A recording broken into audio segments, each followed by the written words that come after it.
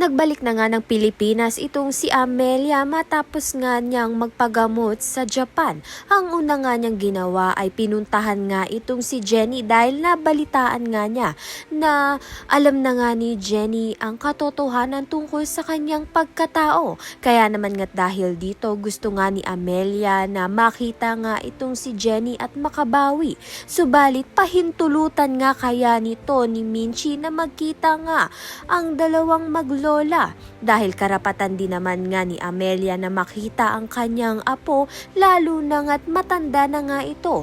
Sa kabilang banda naman nga, dagsa na nga ang mga projects nga nito ni Jenny at meron na nga siyang kauna-unahang TV guesting sa sikat na TV host na si Boy Abunda.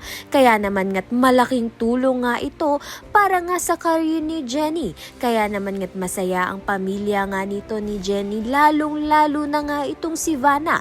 Dahil hindi nga tumigil itong si Vanna upang ang palakasin ang loob nga nito ni Jenny na ipagpatuloy ang kanyang career. Kaya naman nga't dahil nagtatagumpay itong si Jenny ay masaya nga siya at proud nga siya.